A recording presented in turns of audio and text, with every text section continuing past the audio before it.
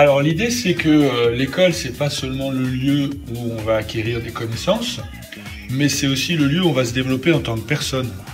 Donc il y a les cours habituels pour acquérir des connaissances en histoire, en anglais, en français, mais nous notre préparation c'est vraiment d'amener les élèves à prendre de l'assurance, à apprendre à se mettre en scène, à apprendre toutes les compétences oratoires, et c'est vrai que ce qu'on appelle les compétences psychosociales, c'est quelque chose dont on a tout le temps besoin dans la vie, dans les études, dans une carrière professionnelle.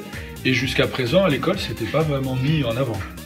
Donc l'idée, c'est vraiment de mettre l'accent là-dessus et que nos élèves vraiment puissent s'affirmer, s'épanouir en tant que personne.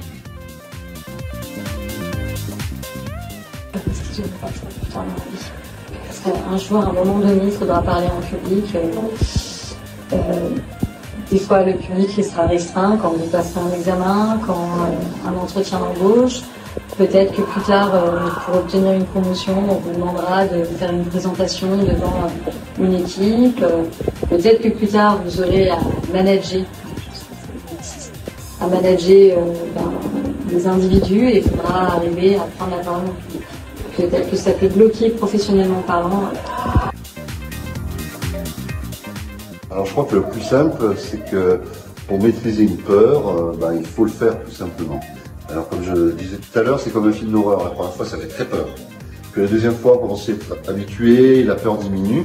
Le rôle, c'est un petit peu la même chose. La première fois, il faut tout gérer, ses gestes, ses appréhensions, ses craintes, le regard des autres.